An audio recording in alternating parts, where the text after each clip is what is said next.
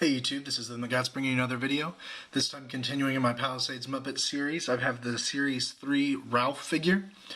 This is definitely in my top 10 Palisades Muppets figures, if not top 5 or even top 3, or if not even my favorite figure.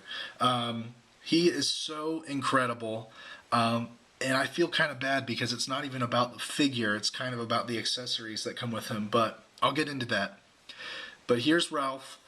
When this first came out, a lot of people were upset because they wanted the classic naked-looking Rowlf the dog, and we did not get that here, obviously. He's wearing a full tuxedo, but there is some great detail in the tuxedo, and he's a great-looking figure. He's actually one of the harder ones to come by, but not near as hard as, figures like Zoot or Lips. But here's Rowlf, and let's get into him a little bit here. He's got this nice furry texture. It's not as dimpled as the rest of the figures because he's, a dog, so he's hairy. Great sculpting here in the ears with a bit of a wash to bring out the detail. He's got a white tux with some, or white vest and an undercoat here with some different textures in it. A white bow tie that, I don't know if you can tell, but the bow tie actually kind of has a pearly paint on it. It's not the same white as this here. But he's got a black coat. You can see his cuffs coming out, the white cuffs. Some shiny dress shoes there. And as far as articulation goes, he's got a swivel in the head. I love his glossy nose too, I forgot to mention that. Like a wet dog nose. He also moves at his ears, can move them all the way up, all the way down. He has a ball jointed shoulder. He has a bicep swivel.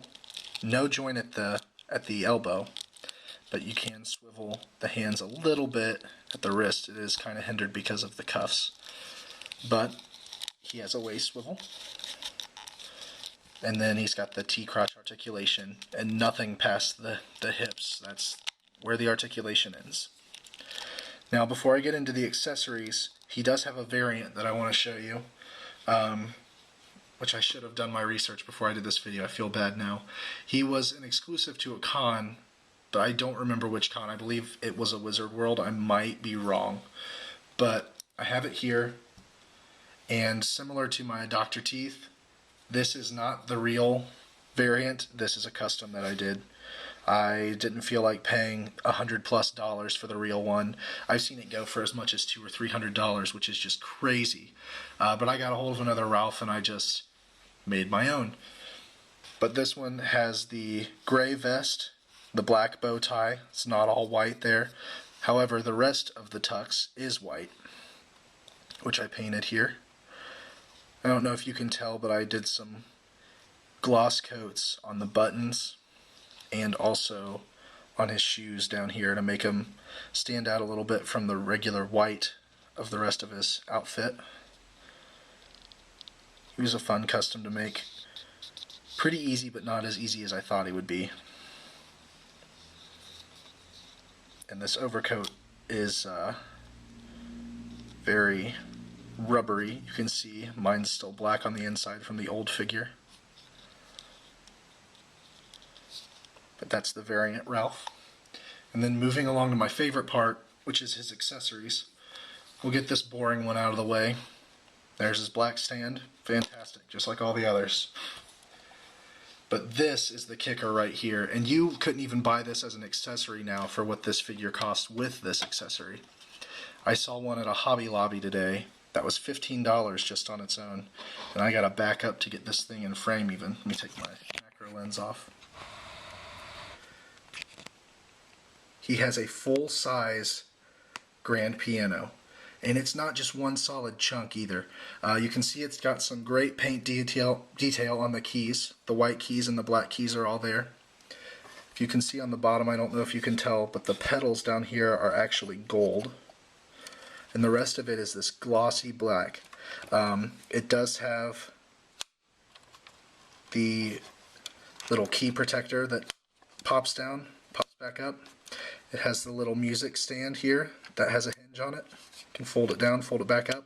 And then the coolest part is that this here opens up, and it has all the inner workings of the piano in there. You can see all the strings with all this gold detail in here, some terrific sculpting, terrific paint applications. You know, none of the strings are missed or like, you know, have the paint right next to where the sculpted detail is. It's all dead on with no paint rubbing or you know, oversprays or anything like that. This is just mind-blowing to me. Just a fantastic, fantastic, fantastic accessory.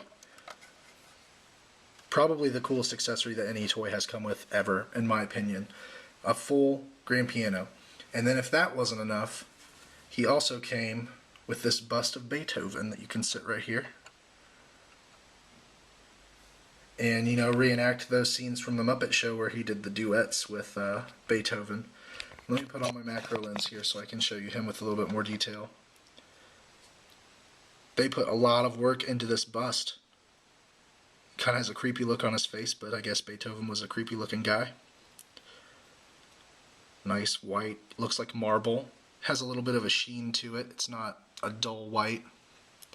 And it even has a little name placard there that says Beethoven, though you can kind of barely make out the words or the letters. But just incredible. I can't get over how cool this figure is.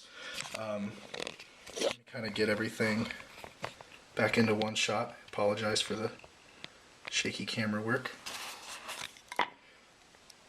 But there he is, Rowlf the dog. He's my favorite figure from Wave 3. Probably my favorite figure from the entire line, even though I've already said that about some different figures on these reviews. But just absolutely fantastic. Like I said, he's kind of one of the more expensive ones to come by, but if you've got the spare money and you're collecting these figures, definitely get him. He's just so great. I mean, just look at him. He's just so cool. Anyways, it's Them That Gots, and I'll see you guys next time.